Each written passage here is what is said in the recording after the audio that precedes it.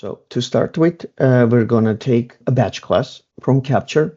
This is a very straightforward batch class. It has a single class in it, and it is simply going to scan, validate, generate PDF, and export. So this is a very simple, straightforward, classic scan to archive job. The document class itself will have several index field properties, which will be propagated into TotalAgility, and a user can index them as it goes. So to start with, let's go ahead and export the batch class out of the system.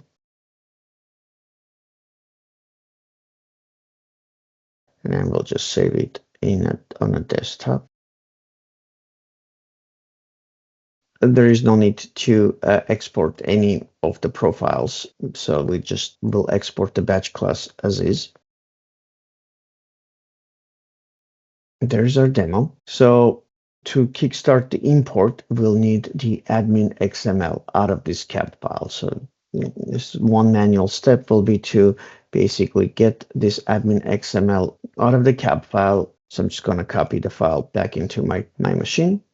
And we are going to launch the ActiveInbox and go into the importer section and simply upload XML file that has all the description of the batch class into the system. As it completes its work, we should see the corresponding channel created within ActiveInbox. And this one is simply mentioning the batch class name, and it has the data model. So it's pointing to the classification group. If we go into the Kofax capture, let's refresh it. So this is the employment extraction group, and an associated classification group has been created by the system. So it automatically created all of the index fields associated with that batch class. We have a custom drop-down, date, integer, and a basic text. So all of this system created automatically in the background for us. The other thing it created the corresponding workflow. So we have scan, validation, PDF, export, and finalize. Basically, it replicated the same steps we had in our batch class. Scan, validation, export, and PDF. The finalize is something the system automatically puts it to know where to exit. The system automatically puts system fields in here, and those are the system level properties. For example, we can make the validation mandatory. We can add the SLAs. We can add a scan SLA for 2 hours and validation SLA. The system suggests numbers, so you can easily change them as you please. So you can add the system properties, allowing this user to process it. Since this is a single document type, system put the default document type to be able to automatically classify, since there is no classification or recognition in this case for that system. The last thing we would like to do is add the export. Just like in legacy capture, you can add an export connector. So at this point, this is a cloud-based system. So the only thing we support at the moment is export to the bucket. And this is done through the web service calls. So there is no need to set up an integration server with the export or anything like that. It's done over the cloud. Let's make it active. And just like Kofax capture, you can have multiple export connectors set up. So the last thing we want to do is we want to activate our channel that will kickstart the workflow. Once we do that, it will be available as a part of deployment. So you can set up either an email channel, or you can just possibly a folder if you have an integration server.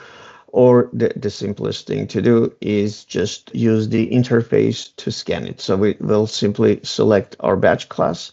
You do have options of creating, think of it as a batch class, a level fields, and updating if needed. So once everything's created, the system will kickstart the job and go through the process.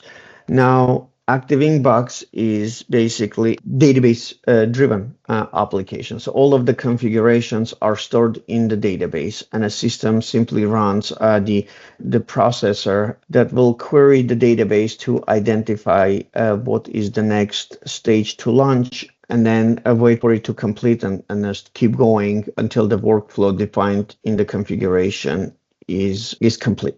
So here we go. This is our job of the SLA we defined, and it's waiting to be scanned. If we had folder objects defined and things like that, it will populate the corresponding user interface there, form to allow users to enter it. Otherwise, it shows some basic statistics and to be processed. So once the scanning is done, the system will complete and go through the next. So according to our configuration, it should be the validation.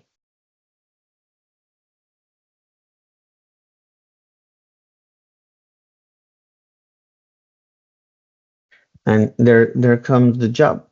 So it's sitting in validation, waiting to be processed. Again, we have the drop downs and all the index fields and all the interfaces that were defined in Tungsten Capture have been all set, and user simply needs to go ahead and enter the values. And once it's done, the system will move forward to the next step, which will be PDF generation and export.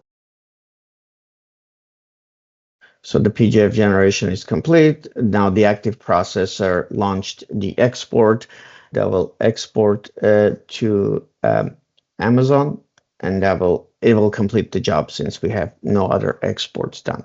So if we go to the Amazon system and refresh it, we should see our folder. And this is by default. If you don't give any specifications, it uses the folder ID as a GUID. So 6F is the one we're looking for. 6F. So it will use the folder. It will use the folder ID. The first one is the channel ID. Again, this is configurable within the export connector. So it uses the folder ID, the document ID. What it does, it will show the PDF file, and the other thing it does, it creates a JSON. It creates a basic name, key value pair, JSON with all of the index fields, just like the text export, and simply drops it in there. It also contains the confidence and things like that. So that's pretty much concludes our end-to-end demo. Thanks for listening, and have a good day.